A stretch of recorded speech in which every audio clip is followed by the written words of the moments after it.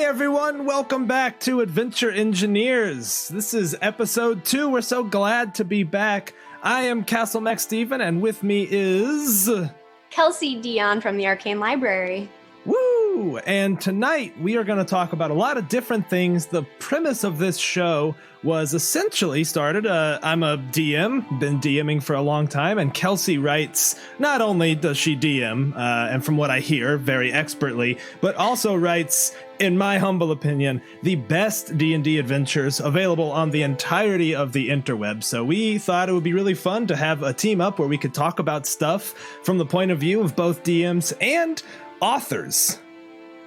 All right. Did I leave anything out there from our mission statement? We actually have the mission statement. It's in our corporate headquarters, right above. We signed off on it. Yeah, part of our board meetings. So it's highly important. But no, that was thank you. And I have to throw in there, I think that you run some of the best games I have ever seen. So I'm so glad to be doing this with you. Well, thank you. It's super fun. I can't wait. And tonight we're going to talk about a couple of things. We've got a couple of kind of topics that were left undiscussed from last episode that we're gonna dive in on just a little bit. We're then actually going to give some player tips, and I think player tips. If I were to think of like a clickbait title for that, it'd be like the top 17 player tips your DM wants you to know, or something like that. Because essentially, while we approach this from a DM and authorship standpoint, if you follow me on Twitter or anywhere, you've seen me or heard me rant that players often seems like they get away scot-free, but everyone has a role at the table to make sure everyone's having fun. And so everyone's an adventure engineer. It's true. And I think we were talking about this actually outside of even this context here with adventure engineers, but I think it's super true that players really make the game ultimately. Like, right.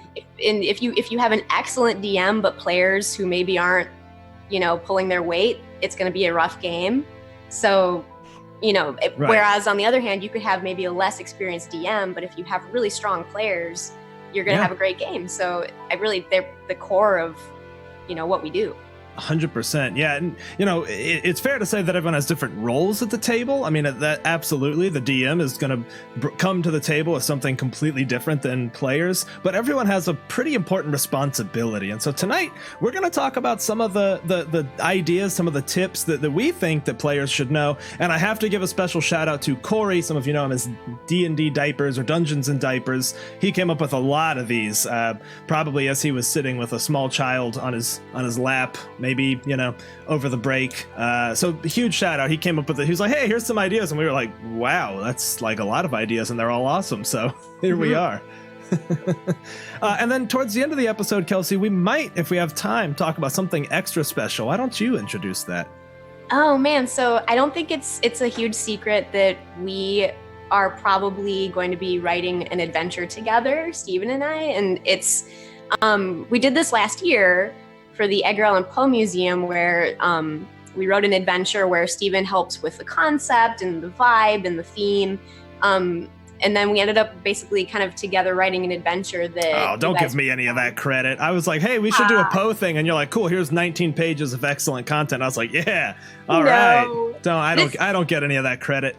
But it's interesting because I think from my, it felt like a co-writing thing from my standpoint, because when we were in the concept phase, which is what I think is the most important phase of writing, there was a ton of dialogue back and forth and a ton of like idea generation between us. So, right. So we're doing that again, and yeah, we're at the very entry stage of it. And we thought it would be cool to kind of let you guys in on our process from the ground up, and maybe even, if we get a chance to maybe talk through some of our ideas live and do some of this right in front of you guys. Yeah, I think that's a genius idea. That's going to be super fun. And for those of you who have to plan this far in advance, April 27th, mark your calendars, because we're going back to Poe. And this time, the cicadas have not been invited because they're not going to have a mic. Now that we've got our close-in, clip-on mics, the cicadas should be much to a minimum. We should definitely include cicadas in the adventure somewhere, just as a shout-out to all those uninvited guests. We're gonna, definitely. That's a good call. Cool. So we'll dive in on some topics, but chat, if you guys are here, feel free to ask a question. We love that. We want this to be highly interactive, so don't hesitate, ask a question. Even if it's off topic, just jump in. We're happy to discuss it. We'll do our best to keep up with everything that's going on. So All right, let's go ahead and kick this off. And let's see, Kelsey, I think this is a great question for you to get started with. When you're creating an adventure that you want to publish, what are the top 3 ways to get characters involved in the adventure? What do you think about when you know I've got to have a hook, right? What's the reason for players to care about this? I love that you said top 3 because I tend to write things like hooks in 3s, so that's very appropriate.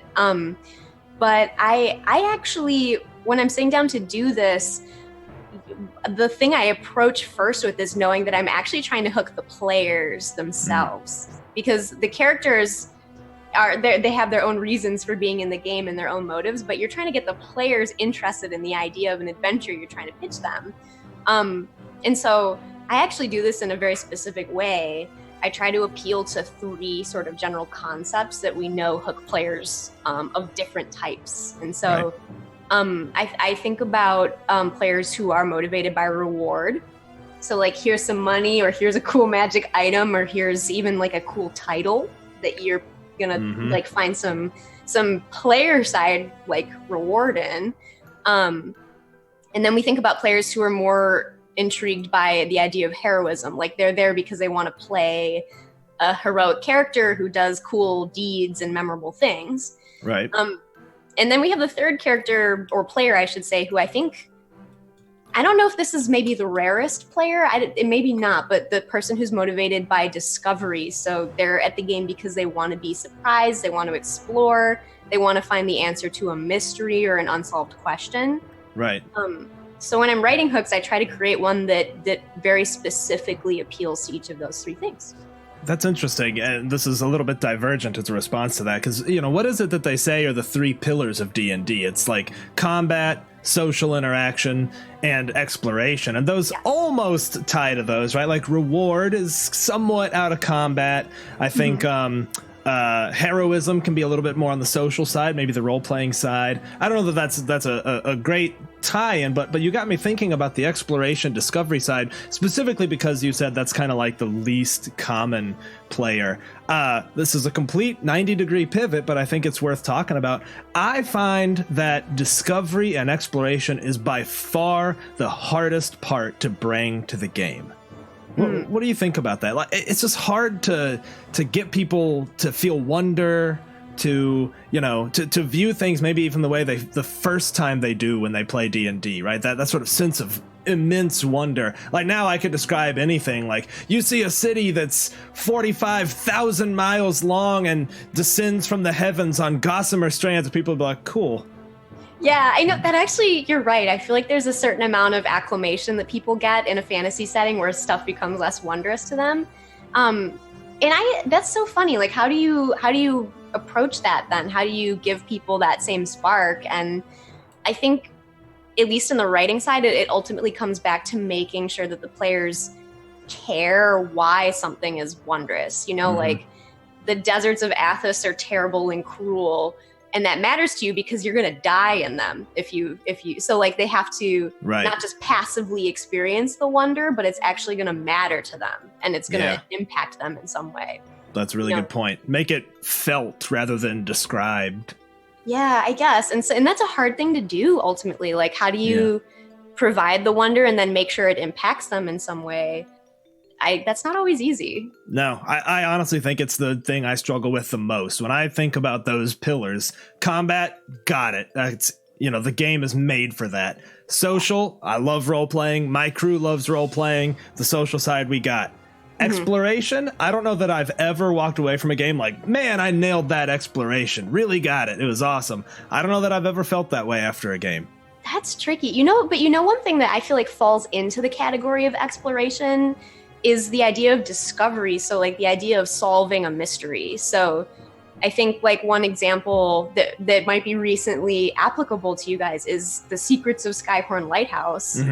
This adventure I wrote, the part of the motive is finding out why there are sea monsters and what are they.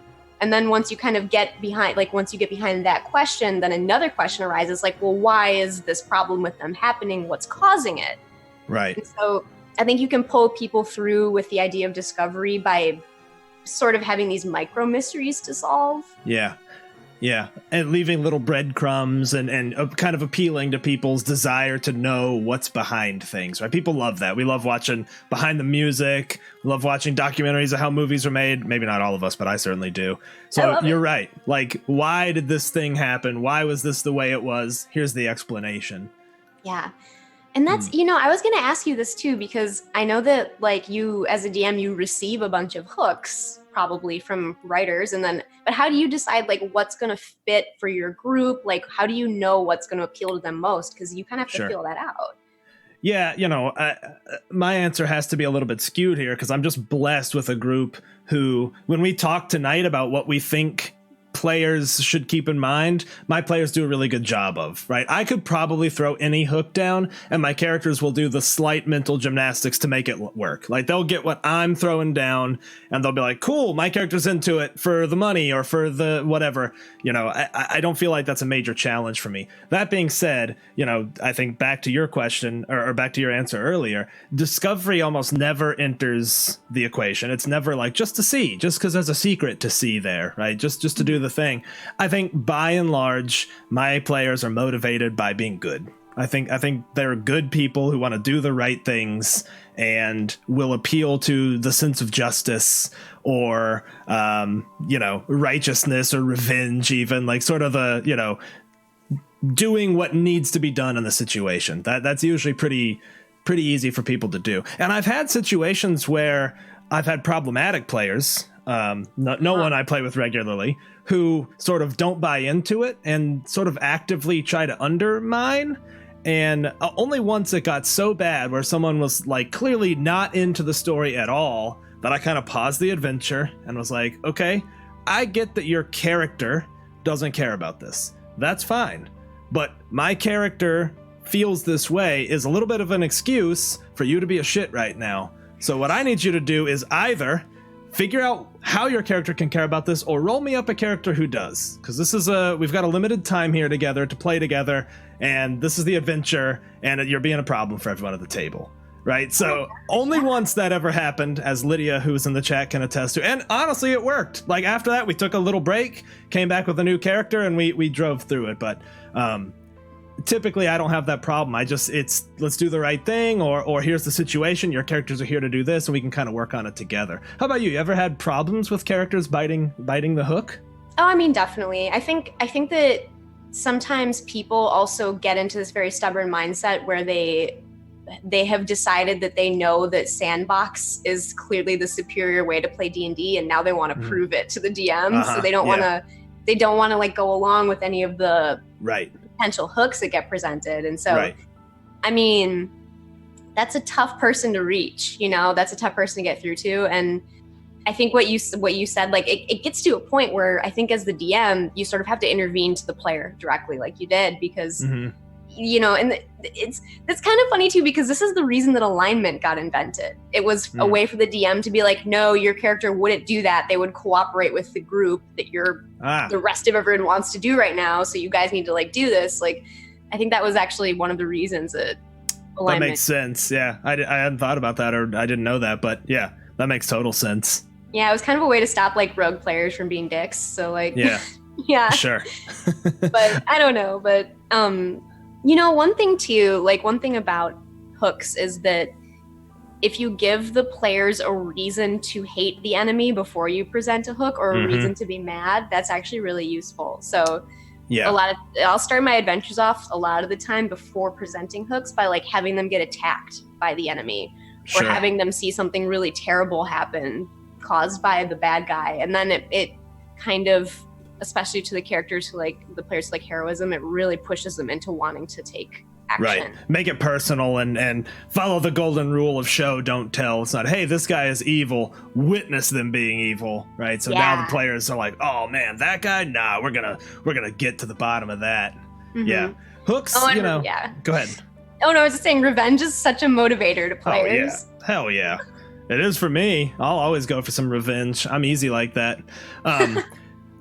Jeff Overdog in the chat brings up a good point. The character backstories can drive adventures and create, and Jeff does a wonderful job of this. He's maybe one of the best DMs I've played for in terms of this, where he will drive on a backstory for you, even for a one shot. He'll come up with a very rich backstory and sort of work together, and so you're set right into something that already feels in motion, which is really fun. It kind of takes the guesswork out. But a lot of times I don't do that coming into one shots. I'll be like, cool, tell me about your character. Okay, great. Here's why they're here, kind of off the cuff. So that's why I have to trust to people to kind of get on board with it. Yes, but I've seen you do this too, because in your long-term campaigns, I've seen you incorporate one-shots where you do weave in some backstory from the players in just such an elegant way. Like, I know you did that with Treaty of the Tiger King, where you had some NPCs that were appearing in the overworld that were... Actually, you even managed to... You kind of shifted some of the adventure to be more specifically including NPCs from your game, like the Castellanters. Yep. Yeah, and that's just, keeping it relevant and keeping everything sort of sticky, the main plot being kind of gluing on those aspects of it, which did work really well in that case. That was a great adventure, by the way, and I think the players loved it, and King Raimi will be a continued, at least friend of theirs from a distance. Oh, you guys did such an awesome job playing and running it. I was worried because I feel like that adventure has a lot of complexity and like a lot of NPCs to juggle. Yeah. So if there was ever an adventure I was like worried about putting out into the world, it was that one. And I was like, you guys killed it. You did so well running it. You made me look smart. I was like, thank you. No, it was super fun. I cut down a little on the number of NPCs only because we have this. I keep a spreadsheet, right? I'm a data geek, so DMing to me might as well just be different data points. And so I keep this spreadsheet of people, of NPCs they've met. And our Waterdeep Dragon Heist one is up to like, I don't know, 54 NPCs at this point or something. So I'm like, I can't keep throwing names out. So I kind of shrunk the dinner and stuff like that. But I mean, by and large, we ran it as written. It was awesome. Yeah, that's so funny. I was going to ask you about, like, you bring up a good point, like your notes about your NPCs. Mm-hmm. I find that that's actually one of the most difficult, like, I don't want to call it a chore, but like housekeeping things as a DM is keeping track of all of your NPCs. So here, I'm going to pull up my spreadsheet right now. It's the Dramatis Personae, which my friend Luke coined. I'm sure that's from something. What is it, like a list of players in an old like play or something? I don't know. I feel like I've seen that somewhere. I feel like yeah.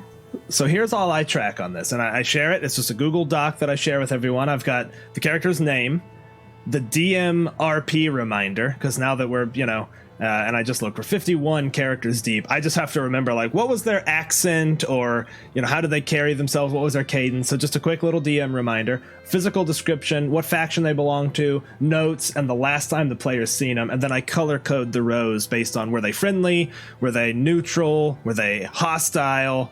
There it is, because it's the playwrights from old like playbills, I think. So that's it, and I'll even fill it in on the fly, because we're talking three words for some of those things. RP reminder, world weary and nasally. Okay, nice. I can remember what that means. So oh my gosh, I love that you put like a voice tag in there too, because that's I will forget the accent I used with the character unless I note it. Me too. Yeah. Mm-hmm. Although I've only got like 3 to fall back on anyway, so I can usually figure it out. Yeah, my favorite one is for Mert. I just have Sean Connery, my really bad Sean Connery impression. So. Yes. Okay, there is a question from Billy, who's Zeppelin224, and he said, as a writer, where do you find the inspiration for an adventure? Do you start with the D&D aspect of the story? Or the story? Okay. Oh, that's a great question. I think at least from my side of things as a writer, it's not consistent. So sometimes it's a D&D element. Like, I've definitely had moments where I'm like, ooh, I want to write an adventure that has a lot of drowning in it, That's super dark. I know it is, but I'm like, ooh, but it's such a good mechanic for a lot of game reasons. But so I've done that, and then there have been times too where I see an image or I want to capture a vibe that then I kind of turn down into it. Like, I crunch it down into an adventure. So like, it's really funny. Skyhorn Lighthouse was like, yes, I want a lot of drowning. And then the adventure I wrote immediately after that, which was the Temple of the Basilisk cult, it was because I had been rewatching Indiana Jones movies. Yeah. Wanted to write like a jungle adventure. It was very Indiana Jones. We just finished Skyhorn Lighthouse, and I'll have you know, not one of us succumbed to drowning because we all three had Misty Step. So we were like, oh, this water sucks. Okay, I'm on the shore. Sorry. Yes. There's another little nod to drowning, though, in Basilisk Cult that I don't know if anybody... That one's maybe... I think technically the Basilisk Cult drowning scene was executed like more... Like... technically, I don't know. I think it has the elements of an encounter that makes it much more scary and dangerous. Oh, I think I remember that now. Did you guys avoid it? I don't know if you skipped it. I think I remember us seeing it and Sean making a comment about it, and me not realizing at the time that was maybe a part of the adventure because there was the big like wide river or something, right? There was a river one, but there's a room in the dungeon that has a situation. Interesting. Cool. It's very like Raiders of the Lost Ark. Oh no, wait. What was the first Indiana Jones movie? Yeah, Raiders of the Lost Ark is the first one. Yeah. It was very much like that. It was like, go ahead and grab that golden nugget thing. Go ahead. I think I know what you're talking about. I think we didn't trigger it. Anyways. Yeah, I don't think you guys did, but so you've avoided drowning. I will get you. I will write something that causes... So far, no drowning has occurred.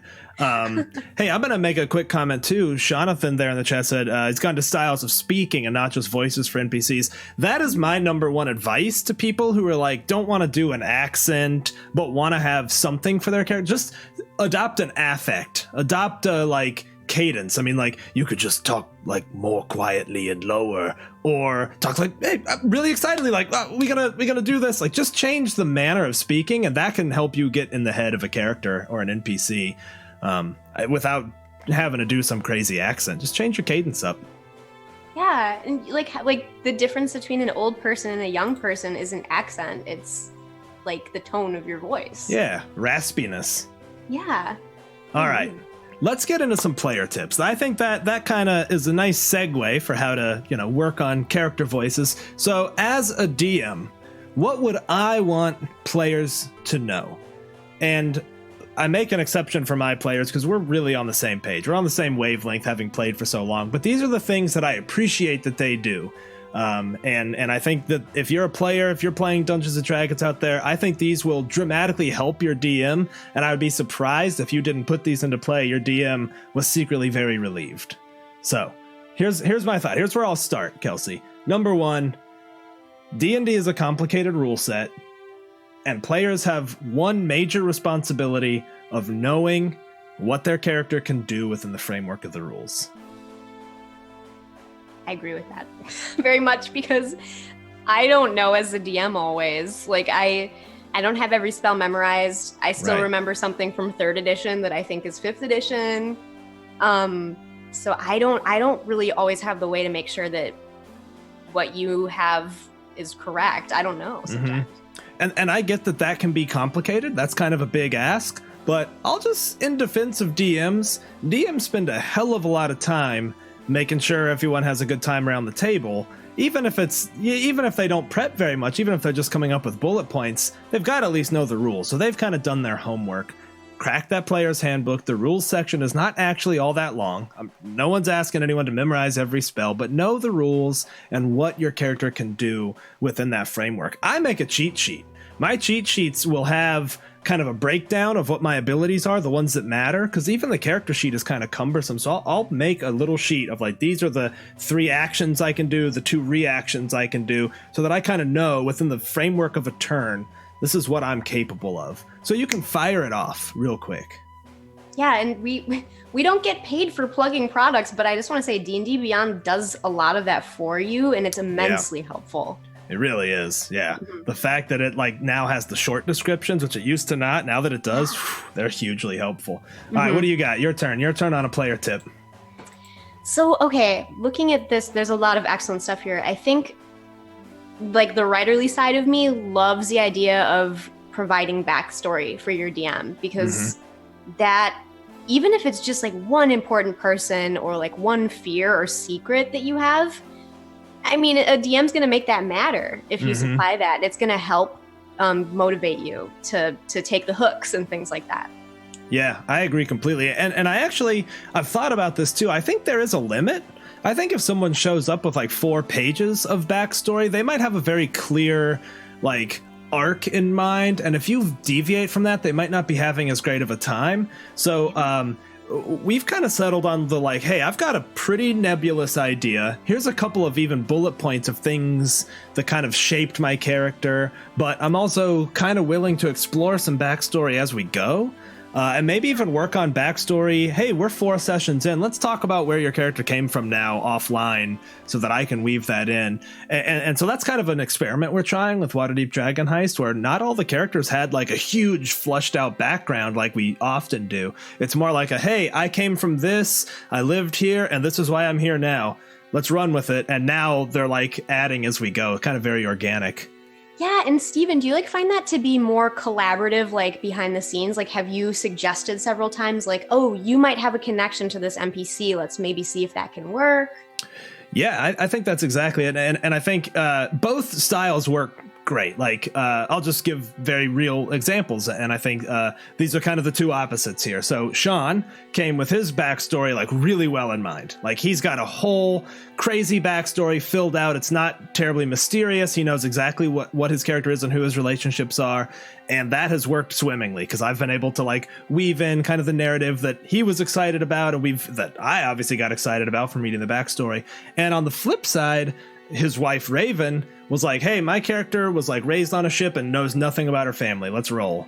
And so like there's almost nothing there, but over time we've worked together and she's trusted me to even throw things at her so it can be a surprise to her that she rolls with really well. So it's very much two different extremes and both are super fun.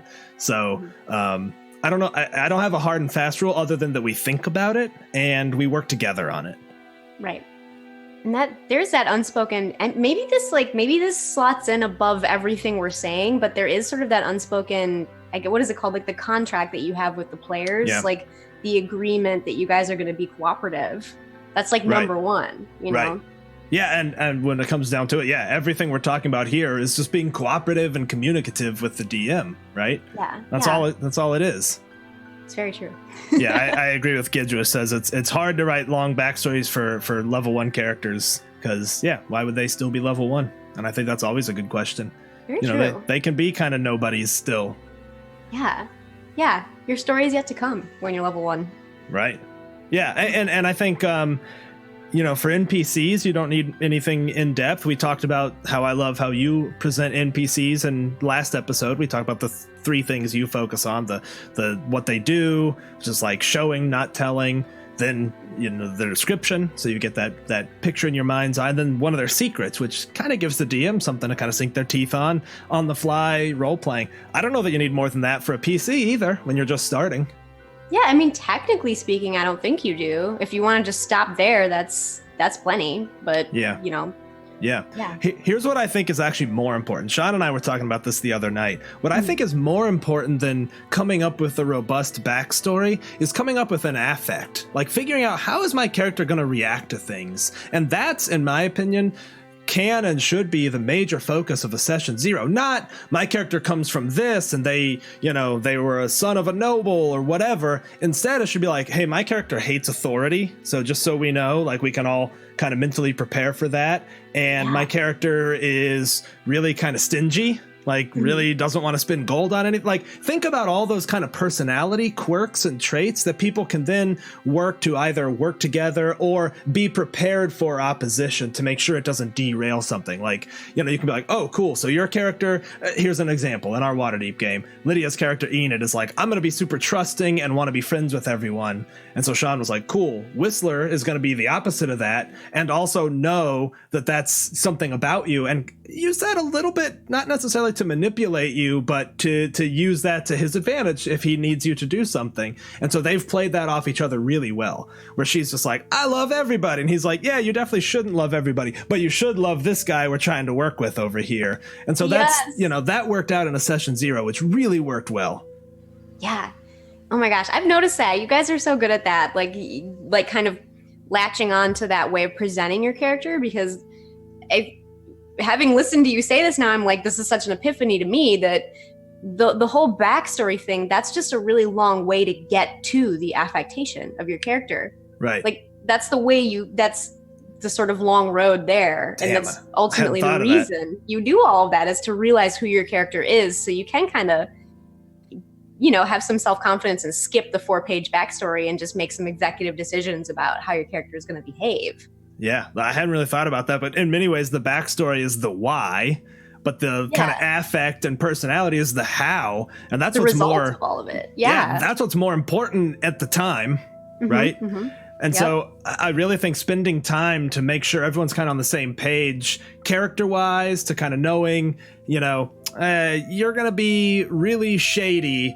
And so, okay, my character was going to be super good, but maybe I'll change it a little bit that he now sees the value in having someone shady kind of close by and right? So you can kind of work out those, how are we going to work together stuff without changing the character I wanted to play, but making sure we're jiving.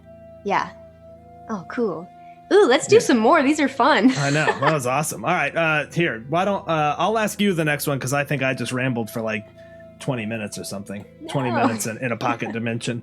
Okay. So what's something else you think players can do to really help out at DM? And I know we've been all over the place here, but drop some knowledge nuggets on us. So this one actually came up in the sheet, and I'm really glad that this was mentioned, because one is that players should be upfront with DMs about what they feel comfortable with as far as role-playing goes. Like, and this is just basic, like I'm talking about surface level things, like especially with new players, a lot of them aren't comfortable yet being completely in character all the time. Right. They like feel self-conscious, or they think they're going to be silly if they say like, I go over to the door and open it. So a lot of times they'll use the third person. Or they'll say, you know, like, Grog says this instead of saying it in character. Right. And that's totally okay. Like, I have groups of people that are mixtures of that sometimes. And I think as long as you're communicating with your DM about what you're comfortable with, that's going to put everyone at ease. And then you can not feel like on the spot to have to role play in a way that you don't feel okay with. Yeah, that's a good point. And you made me feel a little bad there, because I'm bad for when I'm playing with someone new, them being like, he tells them this. I'm like, cool, well, tell him then. Like, I've kind of forced people. And it's so awkward at first. The first 20 or 30 minutes are so awkward. But by the end of every session, people have always walked away loving and really appreciating that. I don't know if anyone in the chat right now has experienced that, but I'm not mean about it. I'm like, hey, that's great, but this is a role-playing game. Why don't you tell them what you say? But you're right. You know, that's something I should maybe be more mindful of. That people do come into it so nervous about it, you know, that maybe I've traumatized some people out there. No, but there's a balance there too, because it's, as a DM, you want to coax people into a deeper role-playing experience. So I think if you say, well, what do you say? And then you see how they react to that. Like, if they don't want to do it, you don't push it. Sure. But if they do it, then you're sort of guiding them into more role-playing. So I think you should do that. And then make sure that you respect how they react. You know? That's a fair point. Absolutely. And so talking about boundaries too, you know, I have to admit, you know, it was just this year that I heard people talking about sort of I guess you've heard of the X card concept, right? Sort of having that out where a player can sort of visually signal to the DM, hey, we're entering pretty, you know, territory that I'm just not really comfortable with. I think that's a really great mechanic that kind of every DM should implement. Or, I play with people I know really well, so we can have those very frank conversations of, hey, what's going to happen? There's been situations where I've come to a player and said, hey, you know, next episode, this kind of rough thing is going to happen. Are you okay with that? I can curb it. You know, let's explore, you know, so it's a little bit different for me because I don't play with people I don't know very well often, but I do think, you know, there should be, if as a DM, if you're going to present anything, you know, that could really be a trigger for people or just, you know, kind of, you know, touch a nerve, having a mechanic for them to give you that feedback on the fly without feeling weird, being like, hey, no, please. I really am a fan of that.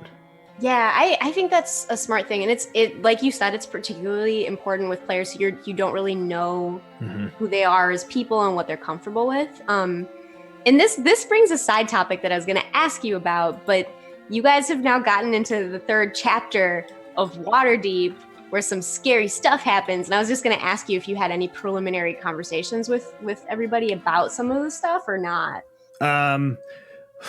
As far as the chapter itself, no, but some of the stuff that happened prior to that, yes. Particularly the reuniting of the ghost of Trollskull and his daughter.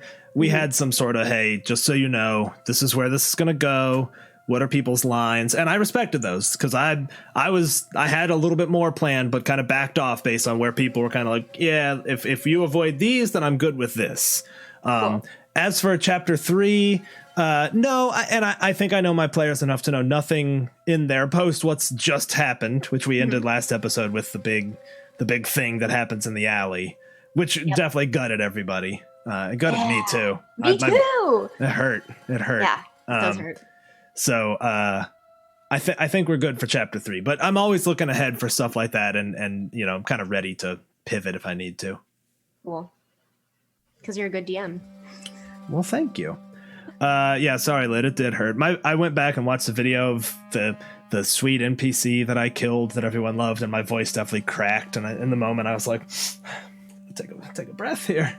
Oh my gosh, have we talked about this too? Like, I've actually choked myself up while I was DMing before and had to try to like hide it, and, and I never can. Oh yeah. Oh no. That one got me. I killed a very beloved character and knew it was going to hurt, but still, when it came up, it still got me. Yeah. We've had a couple moments where people around the table have gotten choked up, and they're awesome. They're always fun. I think the only person who's cried on stream so far is Coach, and it was beautiful. I love you. I love that. I saw that. But we've all teared up before that. Yeah, that was so sweet. It was. I was like, oh, this is so sweet. Man. Yeah. Well, because this is the power of storytelling. It is the most ancient human practice. That's right. Yeah, we have a DM Cold War going on now for certain NPCs where Sean, I'm a player in Sean's game, Sean's a player in my game. It's like, hey, if you kill this NPC, I will hurt your character in my other game. So just so you know. Fair. All right. Man. What else we got for player advice? Player advice. Well, what is your favorite one on this list that we haven't talked about? We've kind of gone all over, but engage is a big one. And this can even be little things like eye contact, something that we're mindful of like eye contact is kind of the number one way to tell a DM, hey, I'm loving this. I'm in, I'm listening, I'm paying attention. And I'm bad about it sometimes too, especially as we've introduced streaming. I keep an eye on the chat, and I kind of wish I didn't have to, and I probably could tone it down more than I do, and it kind of becomes this, frankly, kind of distracting thing, and it sucks because when you go back and see like someone was talking and I was looking at my screen, I know that it sucks. And so for the most part, we've banned electronics at the table. We only make very minor exceptions, especially players who have a lot of spells and are using D&D Beyond. But we really, we don't use electronics at the table much. Just because, the human tendency to look at it and do, whatever, even looking through your spells or planning for your attack action or figuring out what spell you can use, in the coming minutes. But as a DM, it saps my energy when people aren't looking at me. I absolutely agree with that. The phone thing, I mean, it seems so obvious, but when you have your phone there, it's sort of a subconscious impulse to look at it. I don't even think people actively think, I'm going to disengage and look at my phone now. I think it just kind of happens. And I just have to put my phone away when I play because I know I'll want to check it during the game if I don't. As a DM, so, which would be terrible.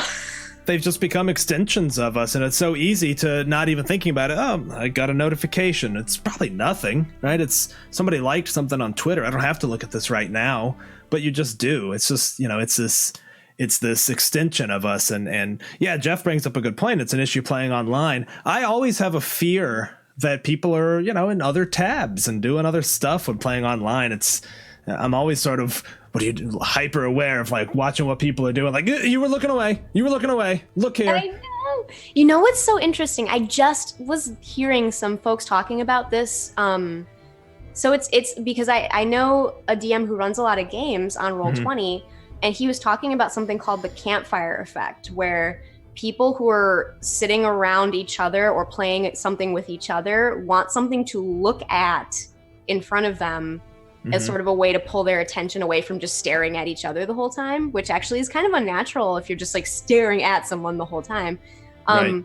So he calls it this thing called the Campfire Effect, and he sort of tries to provide either something interesting like scenery or something to look at in the middle of the table, or on Roll20 he actually tries to get some pretty cool maps that people can look at or inspect like while they're, maybe it's not their turn or something. And I just thought it was interesting because it kind of goes back to the whole idea that when people were socializing, they were usually sitting around either food or a campfire, and that was the central thing that they were looking at.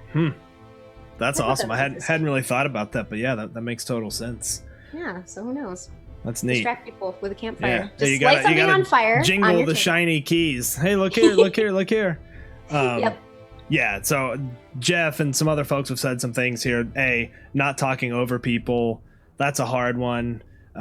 Especially when people are excited, right? And again, this is something I specifically have to give thanks to my players. They let me get evil monologues out. It's never like, okay, I interrupt him and shoot an arrow at him. Like, no. This is about the story. This is about the narrative. You know, let's go with the monologue, and then you get to punish them and destroy them, right? Love that. Have to throw a shout out RPG Mainframe in the chat. It was his idea, the Campfire Effect. That's awesome. Hank from Hammer. So oh, fantastic. I believe that is. I think that might be him, but it was, yeah, that was his idea. So cool. Awesome. Yeah, that's genius. I hadn't heard of that, but it makes total sense. Also from Jeff, keeping jokes to a minimum. That can be hard. I know I'm bad at it. I have to bite my tongue to avoid saying things that we all do. That can very much be sort of the agreed upon. What's the tone of this, right? What's the mood of this game? Strahd, it can be pretty inappropriate to drop a lot of jokes if you're trying to get the horror theme. But when we're doing our Kobold games, it's like chaos and embrace everything. So I think there is a little bit of a, what are the boundaries here, and are we all going to make sure we're respecting it? Yeah, and it's not like you're going for a humorless game. Like sometimes like a joke in the right moment can break like uncomfortable tension, or like I know that it maybe, was it in the intro to Strahd, they said embrace humor because it helps people kind of deal with the horror that's implicit in this setting sometimes. Right. But like if the DM is trying to get something serious across and then you throw a joke out there that just shatters the tone that was just set, that's like not so cool. Yeah, that's a quick way to like sap my energy. I often think about things of like, as a DM, I've got an energy level, and there are things that add to and things that take away from that. And getting cut off when you're describing something, particularly if you're answering someone's question and someone cuts you off, like that immediately, I'm like, okay, like that starts to sap my energy. I also think the way you joke in RPGs can be important, and we're all guilty of out of character jokes, and we have good goofs out of character jokes. I mean, I hit Raven with a picture of a gnome the other night, and we all like lost our mind laughing. That's the #1 trending clip on Twitch right now for Dungeons and Dragons, so y'all should check it out. It's really funny. But for the most part, I love in character jokes. Like if a character tells a joke that makes sense and it's not anachronistic, it's not like a meme or something, I'm all for that, because humans do crack jokes. Players, characters should crack jokes. It's out of character jokes that sometimes more have the tendency to kind of sap energy, but that all kind of depends on the mood and how everyone's doing and what's going on in the game at the time. Sometimes that can be half the fun too. I mean, again, the goofs you have sometimes from that wouldn't happen if nobody ever cracked jokes. So we wouldn't have Butt Crack Jello Jim if it weren't for that. Wouldn't have Butt Crack. Don't bring Butt Crack Jello Jim into this. He's my favorite. No, that was so funny. Oh man, that was pretty good. That was I'm a good. Glad I got to be there for that when that happened. Almost had to pause for that goof. Oh my god, that got us. It's a good one. Okay, so we've been all over the place. We've talked about character do's, character don'ts. We've really only got a couple of minutes here left. We are going to try to wrap up right at 10:30. So let me present to the audience. Is there anything else you guys want to hear us talk about? Please feel free to ask any other questions. You guys have been awesome so far. I'm going to talk about one of my pet peeves, Kelsey, and this ties back into an ongoing conversation you and I have had pretty much from the moment you got off the train in Richmond, which is the stigma against railroading and the love of the concept of sandbox, and particularly what I want to talk about here is players deliberately trying to derail the story. Mm-hmm. And you talked about that a little bit earlier too. How have you handled that? If a player is deliberately trying to derail the story? Oh my gosh. I mean, that can happen in so many ways that I don't even know if there's a catch-all way to fix it. But usually the first couple times they try to do it, I'll let the group itself kind of be like, no, Grog, we're going here, and let them try to convince the player. Because peer pressure can definitely have a lot of effect. But then if you have to intervene as the DM, there are some times where I'll start to gently meta a little bit. I'll be like, that's cool, but I think that the group is headed this way. So if you want to do that too, otherwise you can go sit at the tavern while they go on an adventure, That's pretty good. That's good. And Wiley, I know, this is a conversation that could take up the rest of the evening and more, I just think in general, the conversation is that railroading is bad and sandbox is good. And I know that's like super broad, but I think Kelsey and I kind of agree that, hey, a narrative is really important. Not that you should take away the power of players or the ability for players to kind of go their way or explore their backstory, explore their relationships. But, railroading, it can be helpful. I mean, having a story clearly laid out for people, that a skeleton, a framework that they can latch onto is, I don't know. It's really beneficial, and sandbox can be really hard too. Sandbox is a lot harder for DMs to have the emotional payoffs. Oh, here I am waxing philosophical about sandboxes and Wiley means. No, what is it? All sandbox means is essentially, here's the world. What do you want to do? Yes. Right. Which is cool. But I think that the issue in like what you said, people equate railroad to bad, but what's actually bad is lack of agency. So when you take away player agency, that is bad. And people for some reason have decided that railroad means that, but quite often that's not actually true. Right. So you have to inspect why people have suddenly made that decision to make that logical leap every single time they talk about railroading, because it's really false. Right. And I think that can be kind of the great hoodwinking of D&D, right? You can be like, yeah, this is a total sandbox. It's really not under the covers. Like whatever happens is still kind of going to go with more or less what I've prepared. Not that things can't change and be interacted with and really feel that it's been interacted with. But, the great lie of our generation is that a DM could present something as a sandbox, but really it's not a sandbox at all. Yeah, maybe you can just say that to appease the people who are mad about it not being one. For the better, though. I mean, having time to think about story arcs, right? I mean, you said it earlier. Storytelling is our oldest, form of communication, and stories have a structure. Mm-hmm. And to me, if you don't have a little bit of railroading, you don't get those payoffs. You don't have those moments of we've worked so hard for this and here's the payoff. Sandbox is, a roguelike game, which are fun and they can be fun for a while, but you might not get the same, level of narrative satisfaction. Yeah, I'm seeing people say this in the chat. Hank said this, that players who get a sandbox environment are often not as excited about it in the end, like because they're not getting a narrative arc necessarily. Maybe they're getting small ones, but to build one overall is so much harder. It almost can't happen sometimes. So. That's my sister calling me out on the great lie of our generation there. You're right. I might have exaggerated just a tiny bit.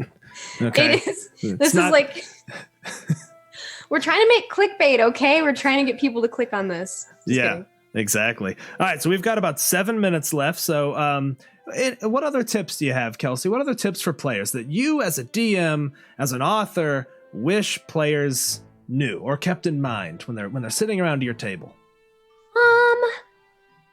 This is an interesting one. I want veteran players to remember that the solution is not always throw a rope around it or throw a fireball at it. Like I saw a hilarious meme the other day that said that. They were like, option, put a rope around it or throw a fireball at it. And it's kind of true. Like I feel like veteran D&D players sort of get stuck in these solution paths that they have for the game. And I wish that I wish that we could bring players back to that kind of wide-eyed, like, how can I possibly approach this problem with the gear in my bag type situation? And I would love to see veteran players embracing that a bit more, and remembering to be creative in their approaches, even to just basic problems. I don't know. No, you're right. It's fun. I'll be honest with you, that's something. So I bought hard into something called BFRPG. I forget the guy's name, but he's essentially made a modern version of like AD&D, but it's got a lot of kind of 5th edition polish to it. And it's super fun, and it's a whole different game. And I kind of forgot that in the old days, you didn't have much. So you used everything at your fingertips. Like, oh man, I've got these 3 things in my pack and I'm going to use this to solve this problem.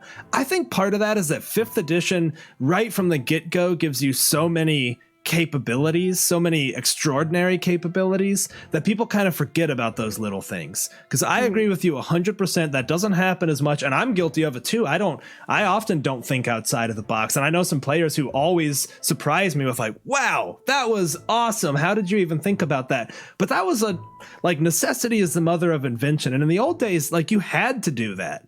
Like, you would get to a door like, what are we gonna do? I don't know, what do you got in your pack?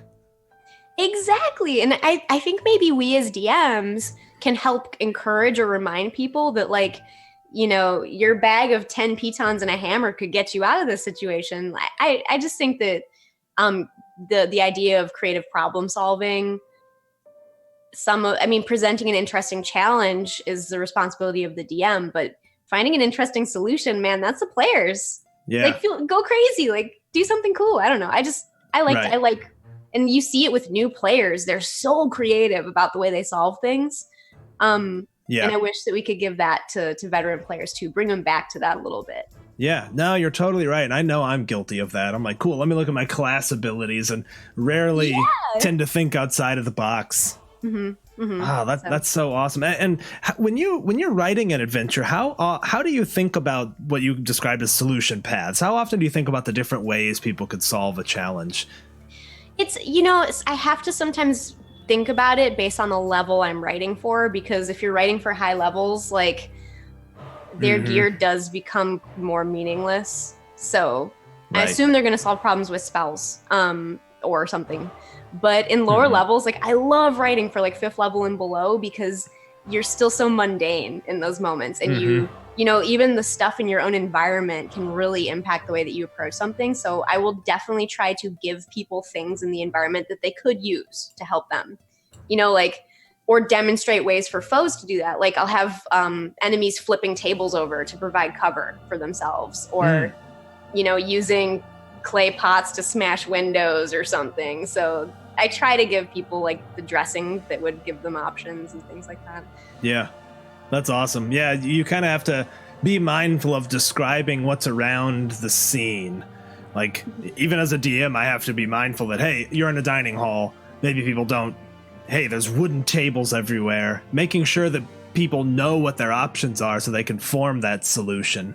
Yeah, and you try to make the benefit those things provide equivalent to like an action they could take, because you want to make it worth it. Like, you want to make it worth it to the players to do something cool. So, like, don't nerf them. Like, if they want to swing off the chandelier, make it cool, make it worthwhile. So 100%. Yeah. I try to follow the rule of cool. I sometimes see people kind of slam that just because something is neat doesn't mean it should always succeed, but it doesn't happen very often. People very rarely do something that you're totally like, holy shit, that was awesome. And I can probably think of a handful of moments. I know Raven tends to think outside of the box. She's maybe the newest player in our group, and she often surprises me with what she does, and I'm always like, man, that was so cool. Like, she's the one swinging off ropes to get down below and making a slashing attack as she's falling from the rafters or whatever. And it's super rewarding as a DM to have those things happen, because it reminds you you're not playing a board game. Exactly, and that it's not just the DM who's the creative person at this table. Everyone here playing is a creative person and should come up with stuff. So yeah.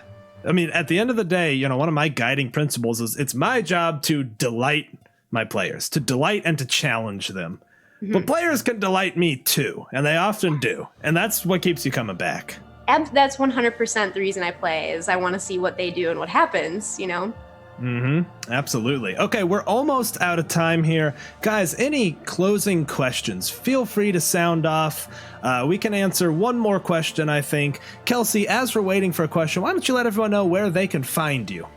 Sure. You can find me on my website, thearcanelibrary.com, and that kind of links out to everything else. But I'm on Twitter, Facebook, Instagram.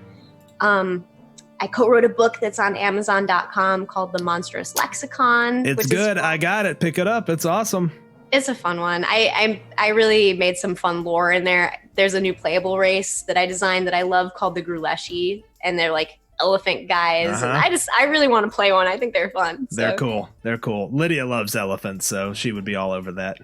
Awesome. I love you have not aliens in there, and I loved it. As soon as I was reading, I was like, I know what this is. You got the life cycle. You got like a queen. It's awesome.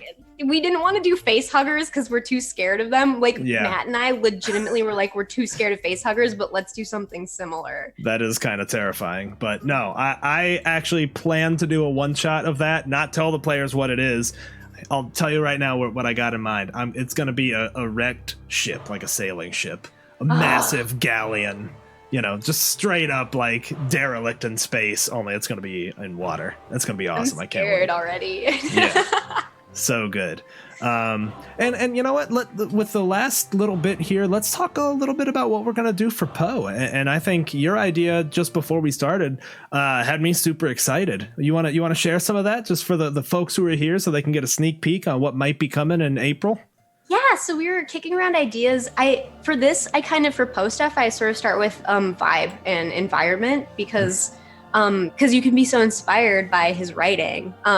And the last one we wrote was very like dark and stormy and grim and we wanted to do something opposite. So we were talking about maybe setting it in a garden, like a vibrant but scary garden, because Poe has a lot of writing that actually takes place in these like jewel-like garden or jungle scenes, which most people don't know about him, I don't think. So, yo, Zombie, what, my dude? Thank you so much. That's so sweet of you. Wow, cool. That gifting some subs. That's so awesome, Zombie. Thank you. Wow, thank you. Really. Yeah. Anyways, awesome. Yes, I think that sounds so cool. And Kelsey, last time we talked about the movie Annihilation. Have you watched it yet? I have not. Okay. I really need to. Now you gotta go right now. You guys will love it. Go watch it tonight. I mean it. You'll love it. You'll walk away from it with a million D&D ideas. I promise you. Oh my gosh! I promise this is like you will walk away. Adventure inspo homework right here. That's right. It's awesome. Cool. All right. Well, hey, thank you all for joining us. You can find us Sunday night, 7:30. Our return to Waterdeep. We're launching season 2 post the horrible fireball that smashed into Troll Skull Alley. You can find out the aftermath of that. It's going to be good. So thank you all for joining us. We'll be back probably in 2 weeks. We'll set a date afterwards and figure that out. I'm going to launch a raid on a D&D channel I see called F1 Partisan. It looks like it's D&D. I didn't actually check to see if they're live or if it's a rerun, but I think we should be good. So thank you all for joining us. Kelsey, that was fun as always. Thank you for being here. Oh, we always have fun. Thank you, guys. All right. See you guys later. Thanks again. Bye.